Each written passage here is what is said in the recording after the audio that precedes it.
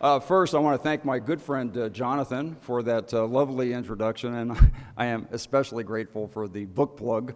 I didn't expect that. Those books are all available in fine bookstores everywhere. As a judge now, judges typically are associated with gavels, and so I brought one today. This is a special gavel, and I want to tell you about this gavel. You cannot buy one of these gavels. These gavels are manufactured in the woodworking shop in the basement of the United States Capitol for use during debate and vote for the Speaker in the House of Representatives. And there is a tradition in the House that when the Speaker appoints somebody as Speaker pro tem to preside over debate and vote, at the end of it, they get to keep the gavel. And so this is a gavel that I used to preside over the debate and vote in the House of Representatives on May 21st, 1997. And as you can see, it says, Jim Rogan, Speaker Pro Tem. It's signed by Newt Gingrich, and it is dated. The reason this gavel is so special is because that was a very long and contentious debate that day. It was a great privilege to preside over that debate because it involved the House Constitutional Resolution balancing the federal budget for the first time in 30 years. And after hours of debate, yes, you may applaud. Yes, okay. Come on.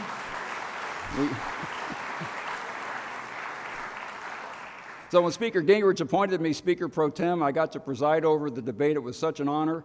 And at the end of the debate, I opened the roll, all the members voted, and when it was time to declare that the first balanced budget since man walked on the moon had passed, I took the gavel, I was about to bang it. Gingrich walks up on the lectern, he said, "Let me see the gavel for a minute." Shoves me aside, he says, "The measure passes," bangs the gavel, hands it back to me, and he goes, "Here you go." So I got to preside over the historic debate. Newt got the credit that day for the roll call, but the man who was the architect of that balanced budget for the United States, our Budget Committee Chairman, John Kasich, balanced that budget.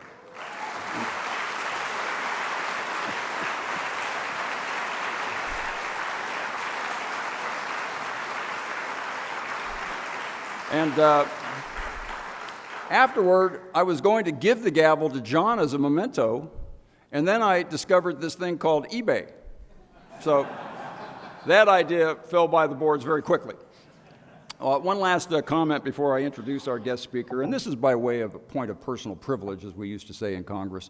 I hadn't seen John in almost 20 years since we both left Congress, and we had a little reception for him up there 20, 30 minutes ago.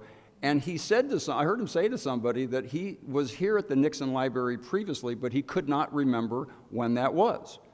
I am able to refresh his recollection. It was 1999. And the reason I know that is because it was right after President Clinton's impeachment. The Nixon Library invited John and me on 2 separate days the same week to come and speak here at the library. I still have the advertisement for it. It says, on Monday, come meet Congressman Jim Rogan talking about President Clinton's impeachment. Ticket price, $6. On Wednesday, come meet Congressman John Kasich talking about balancing the federal budget. Ticket price, $8.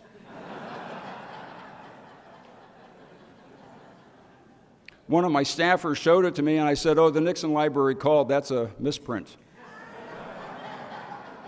And he said, "So tickets for you are $8?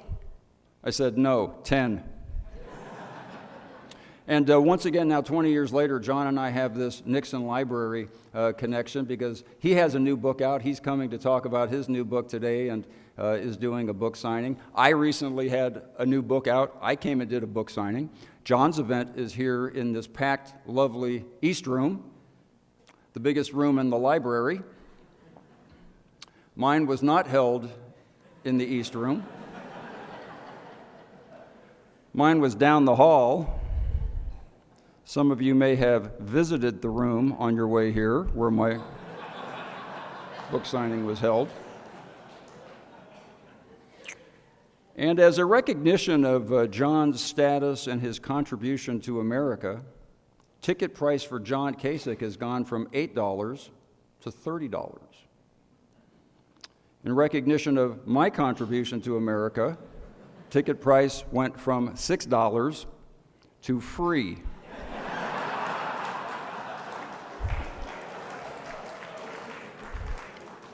I think most people would look at that and recognize that there is a significant difference in the greatness between John Kasich and his contribution to America.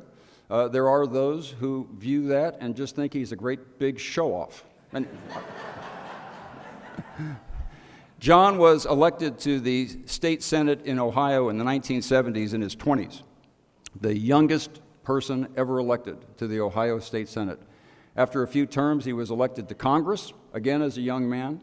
He served 18 years in the Congress, and when he retired, he went back home to Ohio and was a successful investment banker and also a very successful broadcaster. Some of you remember for about 6 years or so, he had his own TV show on Fox News, John Kasich's Heartland. But duty once again called in 2010. He was elected to the first of 2 terms as governor of Ohio, and of course last year entered a field of 17 candidates for the Republican presidential nomination. And when the dust cleared, there were only 2, and he was one of the 2.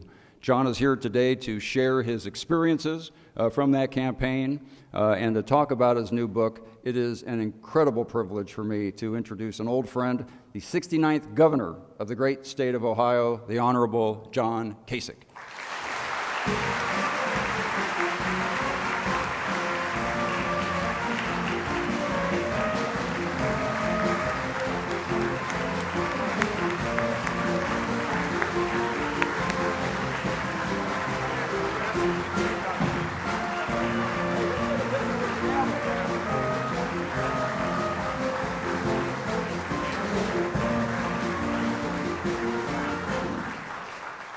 That's the best introduction I've ever had, and it comes from such an extinguished guy, huh? Boy, he's something else. I didn't realize all that. I should have shown you a lot more respect when we were together in Washington. How about a great round of applause for your judge here, huh? And all of his contributions. Well, I just had an opportunity to look at some tiny little photographs through a magnifying glass of my visit with President Nixon in 1970. I did know that Elvis was there, but I didn't realize it was only the day before, and I would have shown up early. I don't know how many of you know the story, but do you all know the story? You don't know the story. Okay, well, so I grew up in a little blue-collar town outside of Pittsburgh, and my father carried mail on his back, and his father was a coal miner, blue-collar Democrat. My mother, her mother could barely speak English, and we grew up, in a town where if the wind blew the wrong way, people found themselves out of work. And so one day my mother came home from work and she said, "Johnny, what do you think about going to Ohio State?" Because I didn't know where I was going to go to college. And I said, "Well, it sounds good to me." And I went out, I visited the school, and I loved it, and I went.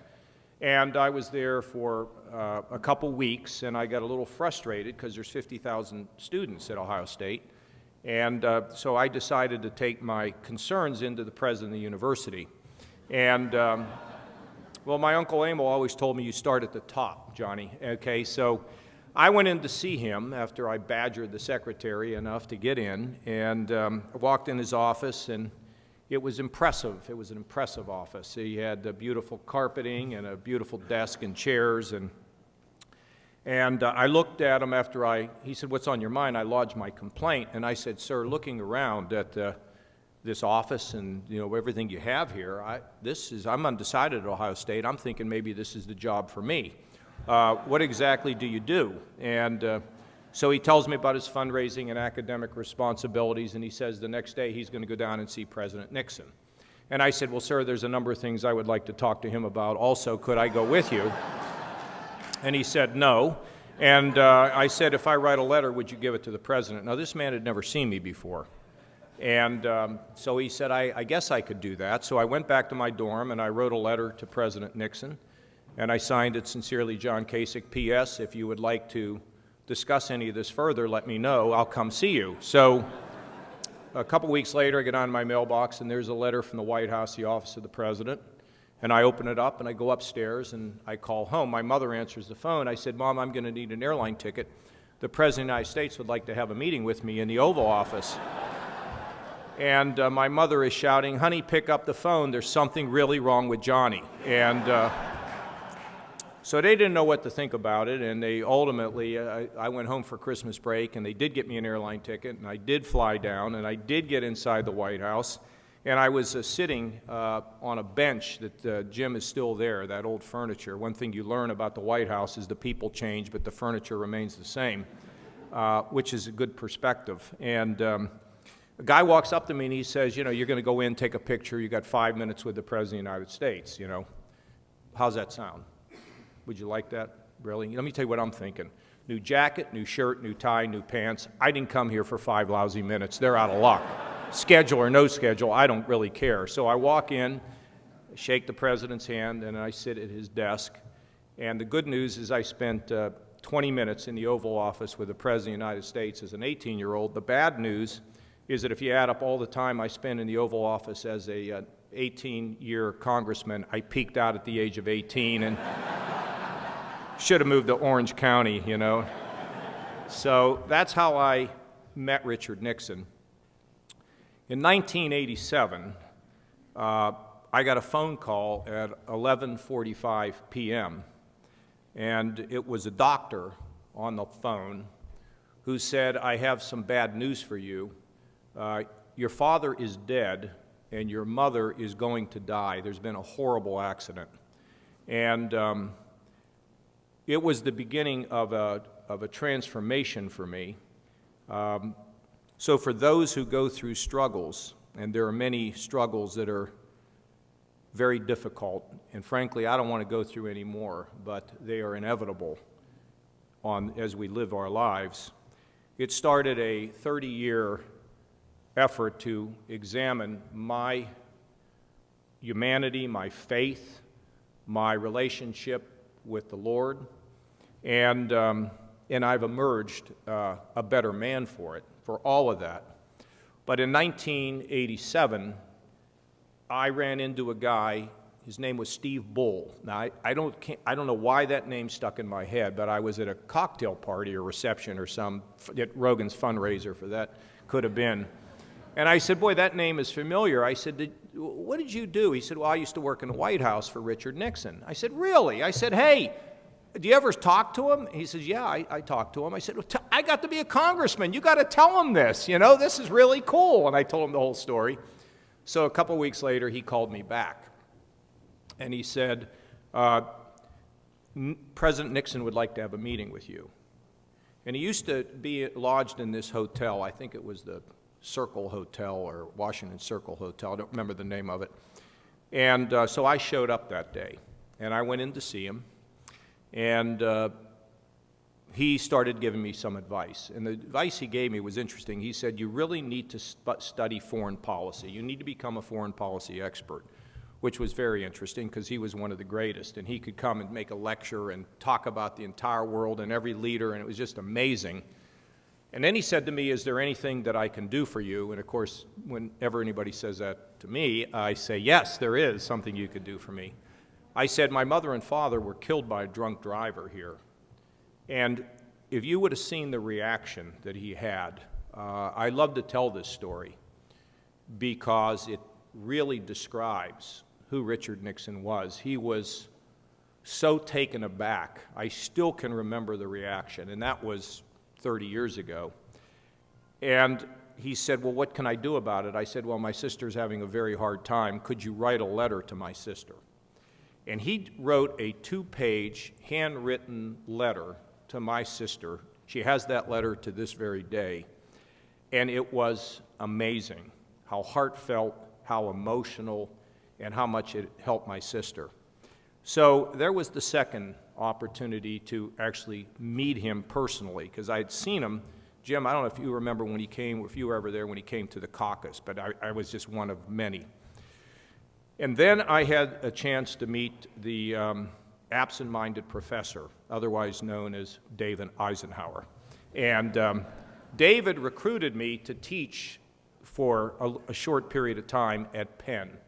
And I love David, and I love Julie Eisenhower. So out of the blue, all of a sudden, I can't get away from the Nixon people. I've got David Eisenhower, I've got Julie Nixon Eisenhower, and they're great people. And David is a remarkable man who has he ever been here to speak? You should have him, because he has a lot of perspective that no one else has. And then I end up going to New York for some reason, and I meet this guy who's the chairman of the Republican Party by the name of Ed Cox. And the next thing I know, I'm in a room with Tricia Nixon Cox, and I'm like, will somebody release me from this Nixon thing? What is going on here? So it's been kind of a whole lifelong experience for me to have known these people, and they're just the best. They're the best. And, of course, the president had 2 daughters, and I have 2 daughters, and we know about daughters. They always loved their daddy all the way to the core, and they are a reflection of mom and dad, and what a great family. So how about a round of applause for the Nixons, huh? So just going back for a second to the discovery I had from 1987 to 2000, because you have a book here that you think's about politics, and it's barely about politics. It's a book about our culture, how we got here, and how we get out. So one of the observations that I make in this book, I believe it to be true, and Judge, I'll bet you share this, any society that matures over time has a tendency to take God off the throne and to put man on the throne. Now, the implications of that are that we go from an objective reality, sort of like being in the woods with a compass when you are lost, from an objective reality to a subjective reality. And a subjective reality means you may have one view, and he may have another, and she may have another, and there's really no consensus about where we're going as a society and our relation to others in that society. Now, I happen to believe that there are people who have been involved in religion who have done it a tremendous disservice.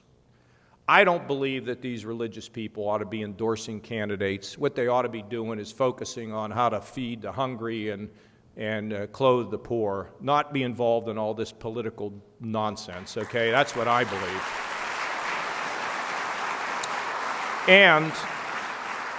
And the issue of faith, to me, is not an issue about who's sleeping with who. Or, the fact that we have misstepped and we're all going to go to hell. I mean, who wants to go to that? Who wants to go and listen to people who talk about that? And it really has resulted in the fact that religion has not evolved into the 21st century.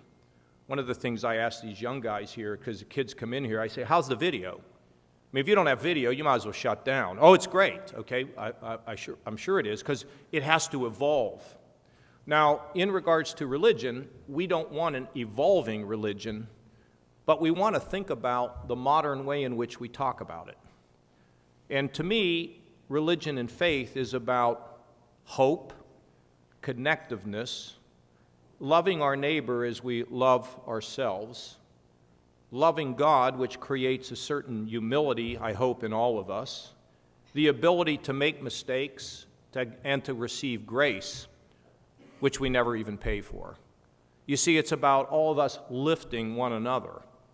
Now, I have a theory that most of us live at a very base level, and I'm going to be more base than any of you, because we're all flawed, and I'll be the chief hypocrite, okay? Because when you talk about these things, people look to hoist you on your own self-righteous petard, and I'm not interested in that, because I'm flawed and I'm stating it now.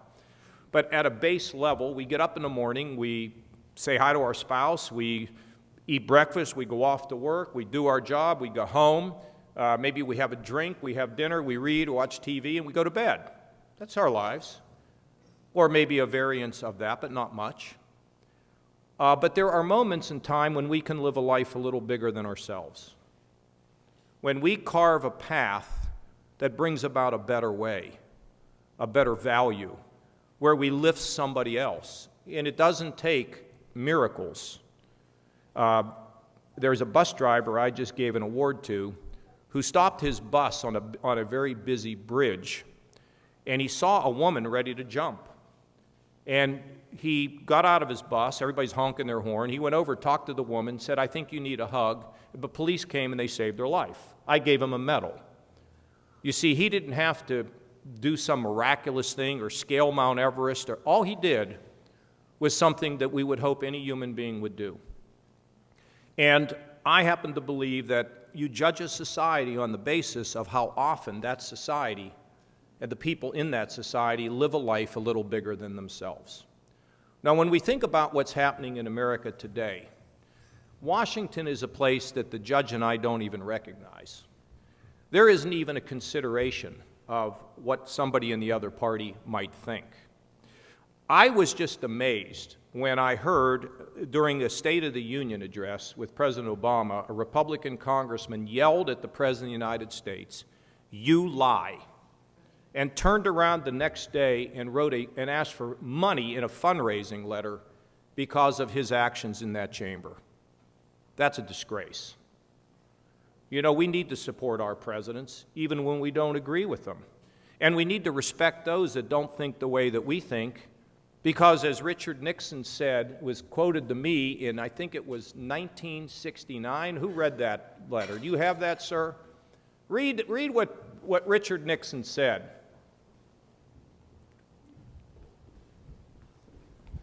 Good. Wow, that was, give him a round of applause, I'll tell you. Chris Nordyke, folks. This is a Nixon quote from his 1969 inaugural, and it appears in our gallery here. "We cannot learn from one another until we stop shouting at one another." Okay, so now we're back to shouting at one another. And we have families that fight. I have just talked to my boyhood friend who's also a judge, Jim, and he's a federal judge. I helped him get the job. He's a Democrat, conservative, and like in the old fashion. He tells me he can't talk to his father. His 90-year-old father, they just shout at each other. He said, "I can't do it." There was an article about a woman moving her wedding out of the country because she didn't want to have a fist fight at the reception between people in her family. And I read the other day that Republicans have decided not to watch ESPN, the sports channel, because it's too liberal. I don't know what is going on.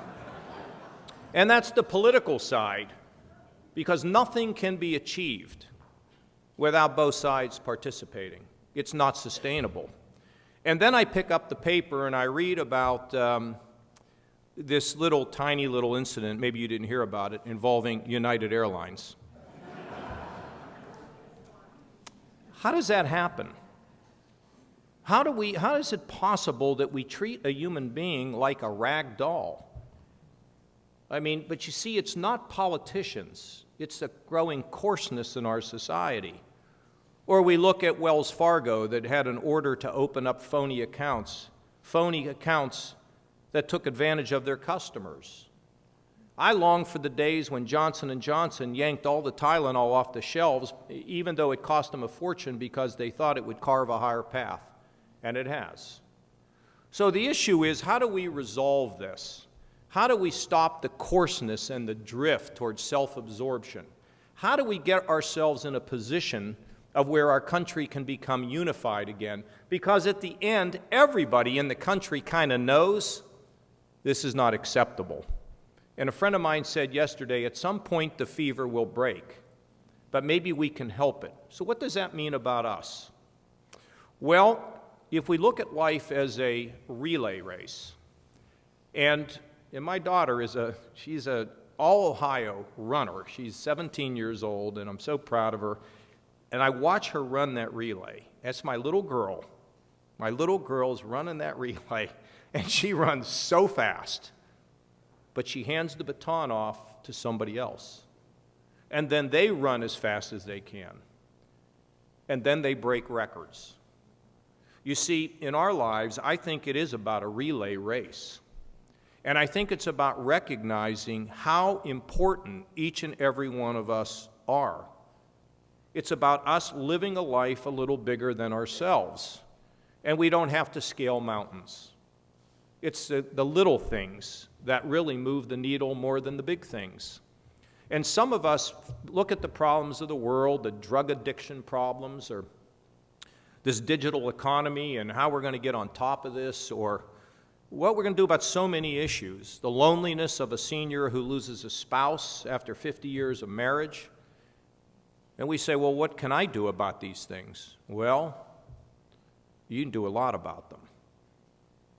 And you'll be remembered for the things that you do to help someone else to have a little better time. Now, are we going to live at that level that's bigger than ourselves? Most of the time, we're not.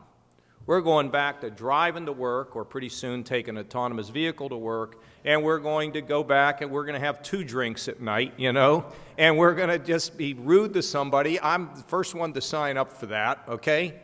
But that's okay, because in a society that recognizes faith and the power of a God who loves us, we then can find ourselves always getting a mulligan the next day, always having a chance to do something.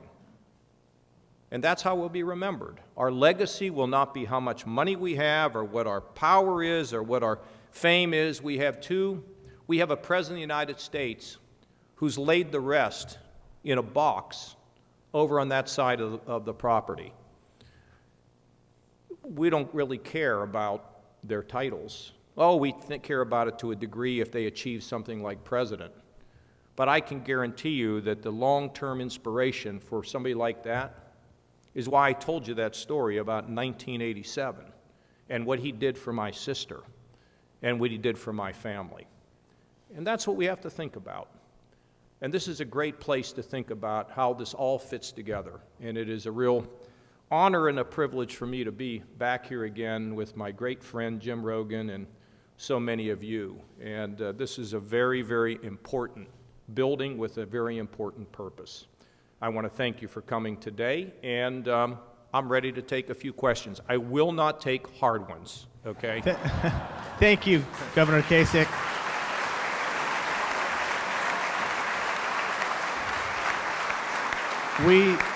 We do have time for a couple of questions, and then afterwards, the governor has agreed to sign copies of his book. If you don't have one, pick one up on the way out. They're for sale down. I forgot about that. Buy my book, would you? I mean, come on, all right? Everybody goes, well, are you going to run for office? Well, I'm not going to think about it till you buy my book. So, and we have them for sale. Sell, they tell me. Our first question is from Jeremy Broderick. Hello, Governor. Jeremy Broderick. And I come from generations of Ohioans, and thank you for coming down here today. My question, kind of echoing off of your message of unity, is around the opiate epidemic and the drug epidemic that's killing so many people today. I believe that it's not a left side or right side, but more or less a right or wrong issue. And I am a person in long-term recovery. I'll have 15 years sober here in July. Thank you.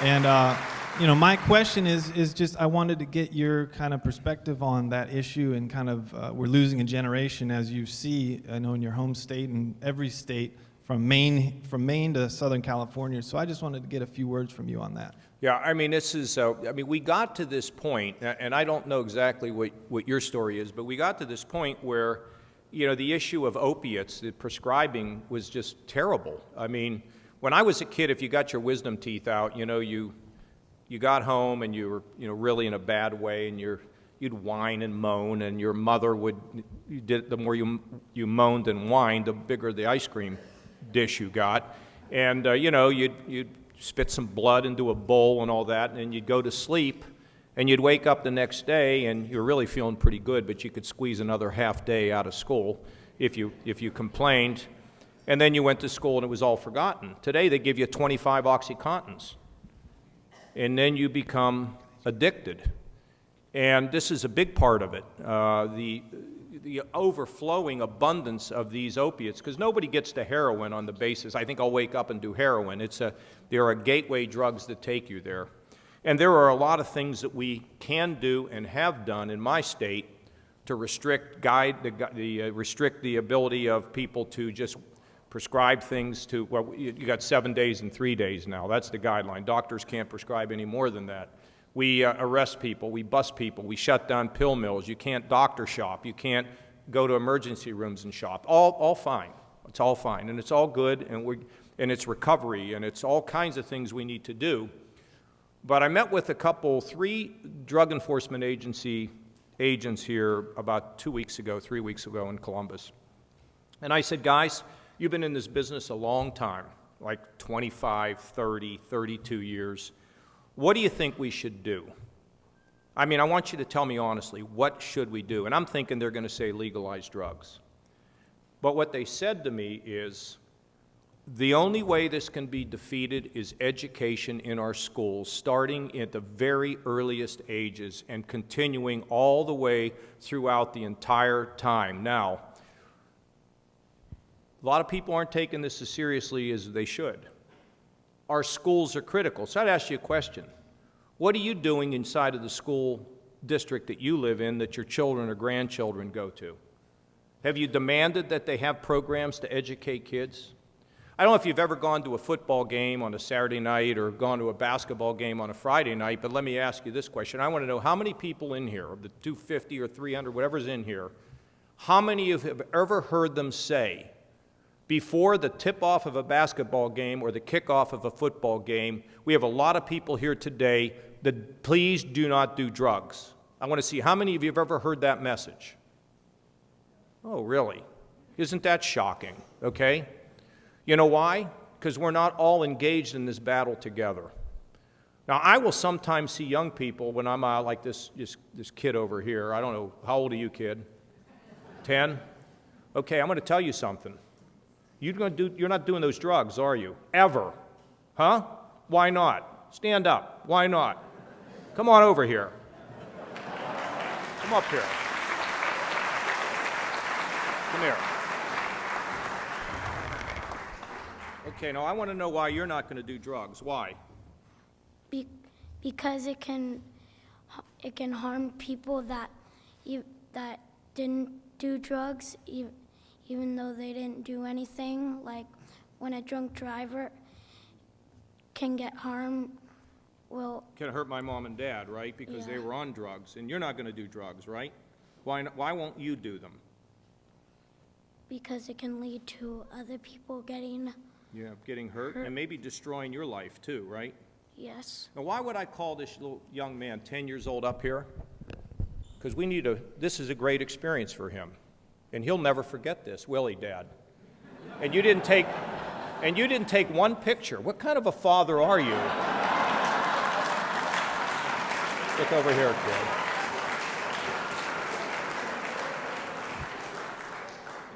I've got pictures for you. Okay. Good job there, kiddo. Give him a round of applause.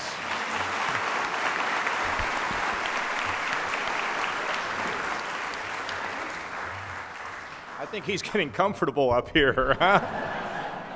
So anyway, I think we all have to, and so I say to them, don't do drugs. You know, you can walk up to kids in a restaurant and tell them not. If people hear that they should not do drugs, there is a 50% likelihood they will never do drugs.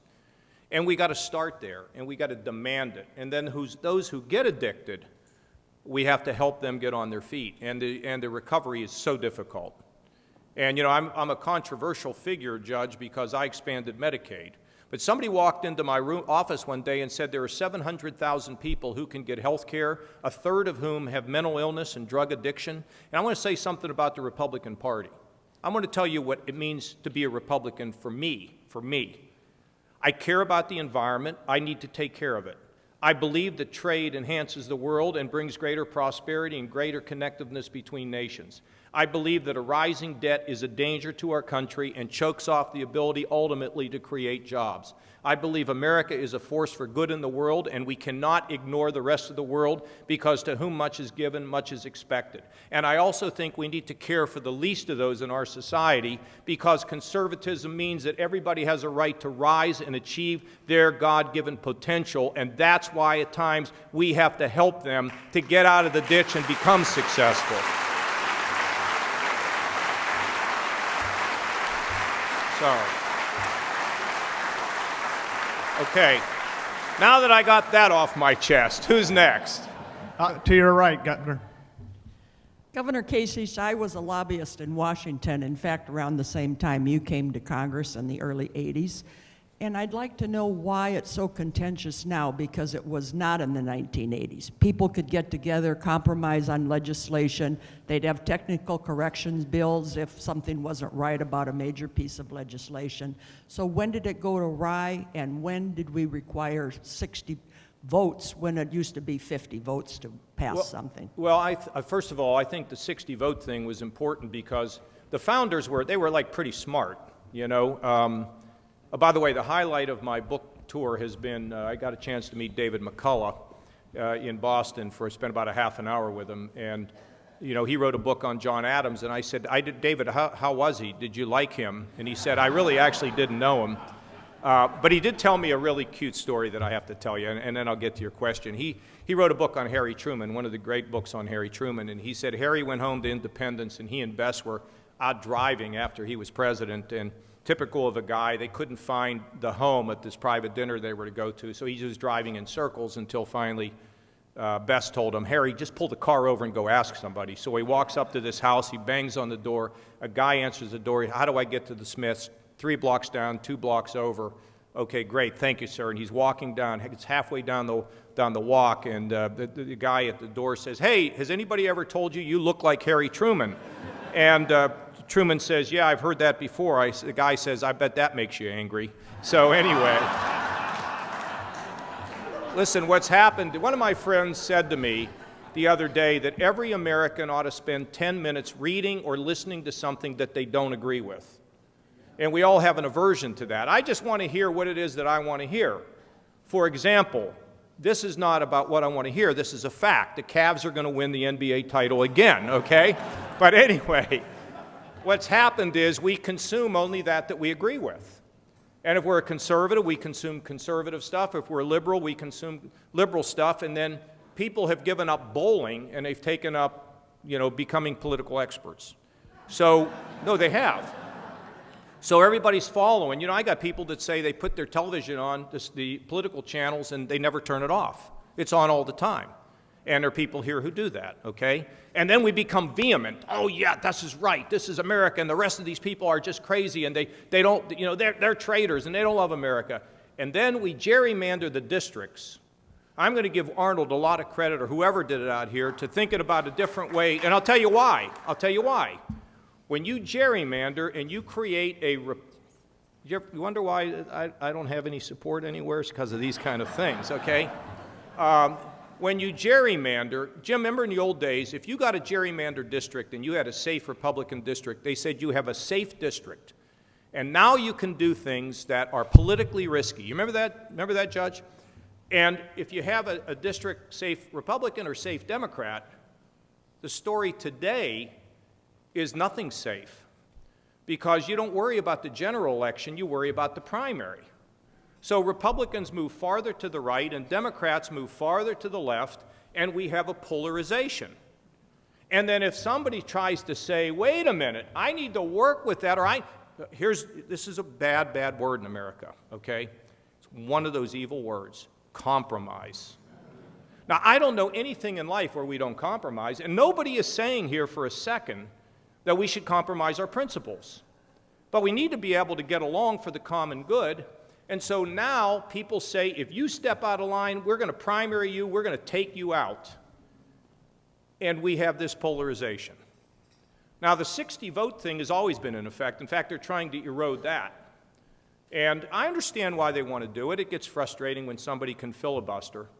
But at some point, my team of my party, but my team really is America. My team is, I'm going to be out. And then what's all the stuff they're going to ram through?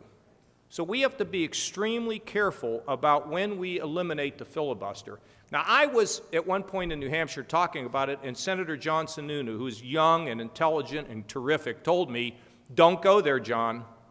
Do not go there, because there is danger in watering down these rules that were set up to try to make sure that there's no runaway train that can change the complexion of our country without due thought. So we got to be careful about it. But at some point down there in Washington, two people are going to say, you know, this is nonsense. Why don't we just start getting along? And that doesn't mean, again, you don't stand on principle. You know, you may have heard that I wasn't the biggest fan of Donald Trump and didn't endorse him and all that stuff. Wait a minute. And people want to call that an aberration. Let me tell you, I was writing my own budgets against George Bush. I mean, I did not vote for U.S. Marines in Lebanon when Ronald Reagan was president.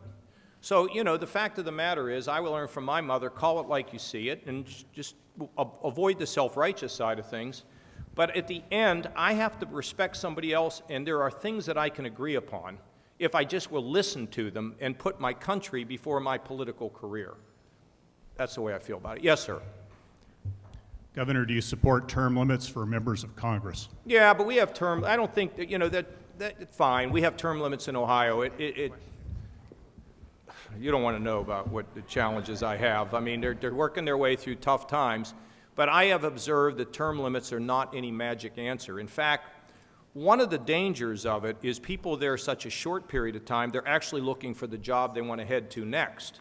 And the other problem with this also is you have a lot of inexperienced people who are dealing with complicated issues, and they don't have the experience. And on top of that, the staff can get empowered, although I've not really seen that. I've just seen a lot of people who, it takes time to learn how things work. Now, do I believe in term limits? Yes. Do I think we should repeal them? No. But they ought to be long enough so that it will reward some degree of experience, okay? But we don't need to worry that somebody's indispensable because no one is. Now, do I think the term limits are going to be put into place by the United States Congress? Well, I think there's a pretty good chance, about the chance that you're going to levitate out of your seat and fly out through that window, okay? So forget about it. What we need to work on is this redistricting, which you've already started, and I'll tell you another thing. This Supreme Court ruling, I don't remember what the name of it is. I'm not a lawyer. Can I have a round of applause? But here's the thing. This Supreme Court ruling that allows a handful of billionaires to fund the presidential campaign is very bad. I'll give you another thing that I think is crazy. These debates are the most ridiculous things I've ever seen. And because it all gets about to be sound bites and getting on the morning news. Now, as you all know, during the campaign, I was a Ugandan swimmer at the Olympics. I was so far in the lane over here, you couldn't even see me half the time, okay? There needs to be a better way, but you know why there's not a better way? Because networks make so much money. Now, you know what? Money can't buy you love.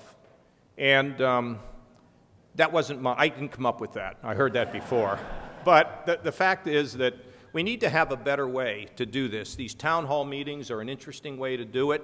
But the question is, will the media work in such a way as to allow people to display their leadership qualities and their depth?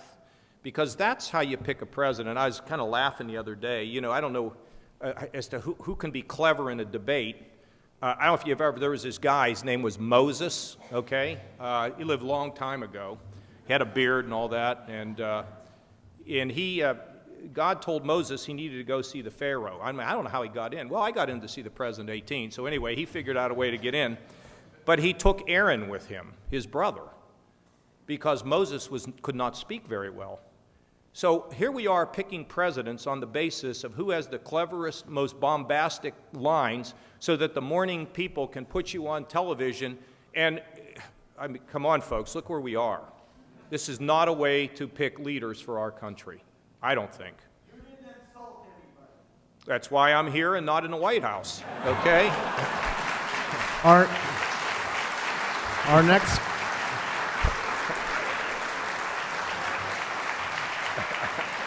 Our next question is from a sophomore at Chapman University. Emily.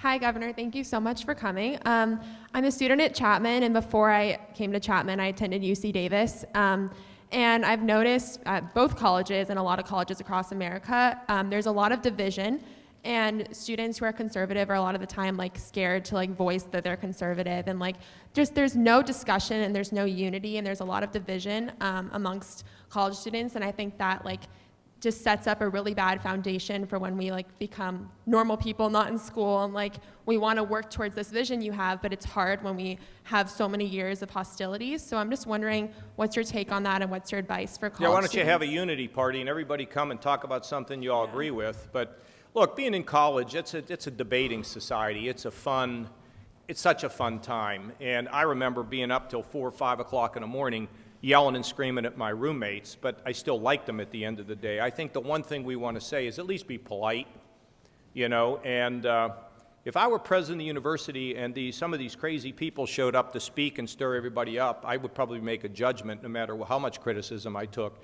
If you're not going to contribute in some sort of a positive way, and that doesn't mean you can't be very intuitive and very prescriptive and very direct about the challenges and the problems with our society, I wouldn't have them come. I don't want to have somebody that's all about hate speech coming and talking at my school. So, we forgot common sense again. So if you're going to say something controversial, that's fine. But we got to make sure that it advances the public discussion, I think. So anyway, just be nice to the people around you, but don't give up your principles. Back of the room, sir. Yes. Hi, Governor. I have a question about healthcare. It's such a complicated question, and for audience, for the public, we don't know who should we trust. Fox News, CNN, CBS. But we know maybe we can trust you. So can you tell us if you are... I'm the guy. I got it all, I got it all. If you mean are a in the White healthcare House... bill? Look, here's the situation. Robert Taft, Senator Robert Taft, not the Robert Taft that you would all know, but Robert Taft, who was a senator from 1939 to 1953. He was known as Mr. Republican, Mr. Conservative. He made a statement during his time and was voted one of the 5 best United States senators in history. You remember him, Judge. I mean, you know of him. And he said that in a country as successful, wealthy as America, if people can't afford health insurance, we need to get it to them. I happen to believe that. Now, I don't think we have to do it by creating these. Here's the situation. For people who need it, who have pre-existing conditions, or people who are developmentally disabled, mentally ill, drug addicted, chronically ill, I believe that they need to have health insurance, okay? And I think it needs to be comprehensive. Now, when we debate this bill about what's happening down there, which I think is woefully inadequate and very disappointing, but it's going to go to the Senate, we'll see what happens. But you see, we're not at the nub of it. Right now, the issue is, well, put yourself in somebody else's shoes. How would you like to not be able to get health insurance because you have a pre-existing condition, or you're sick, or you don't have any money?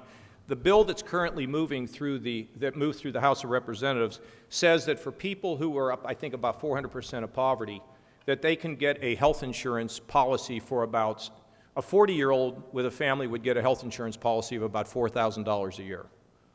Now, what the heck can you buy for $4,000 a year? So I don't think it works. It's going to go to the Senate. We'll see what happens. But at the end, the issue is not the cost of insurance. It's the rising costs of health care.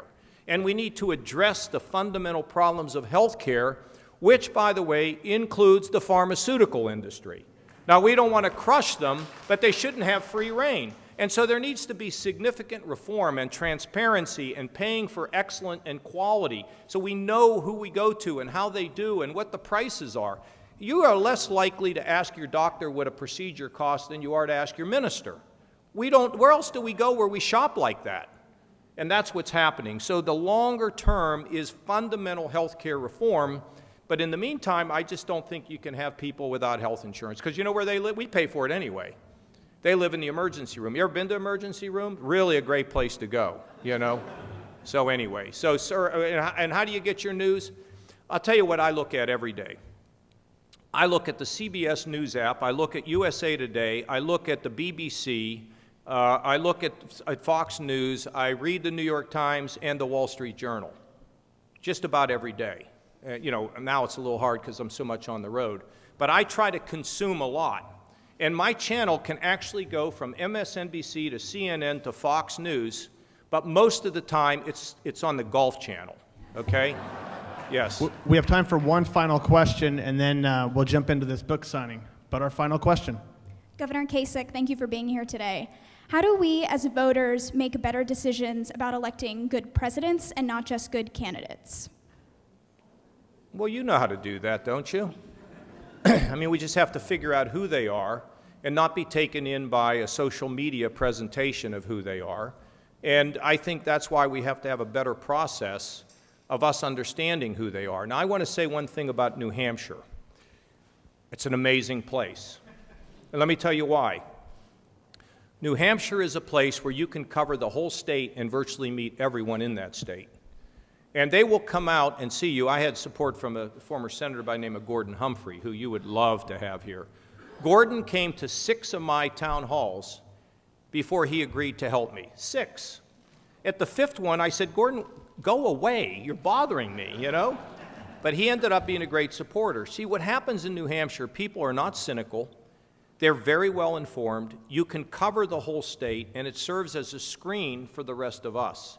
And I think the primary system shouldn't be hurried, and we need a better way for people to be able to present themselves. And, you know, if you look at the election in France, I'll tell you, nobody's going to be confused where Macron or Le Pen is. They know where these people are. You know why? Extensive debates. Now, last one got a little raucous, I'm told. But nevertheless, I think they had enough of these things where people can make a good choice. And we need to have more of that in our country so people can understand who these folks are. Because it's not just a clever word, again, or the morning news, or who gets a headline. It's got to be about the quality and depth of an individual. And I think we just have to demand it. But I tell you what, probably everybody in this room watched those debates, and that's why they had 30 million people. And when we did town halls, there were only 5 million, of course, which was more than the last presidential campaign. But they made a lot of money on 30 million. I told one network executive, I said, you made $1 billion covering the campaign, and now they want you to make another $1 billion. I just hope you can look yourself in the mirror when you make the second $1 billion and be a role model to your family. Hey, thanks for coming. I enjoyed this very much. God bless you, and see you again, okay? Thank you, Governor Kasich.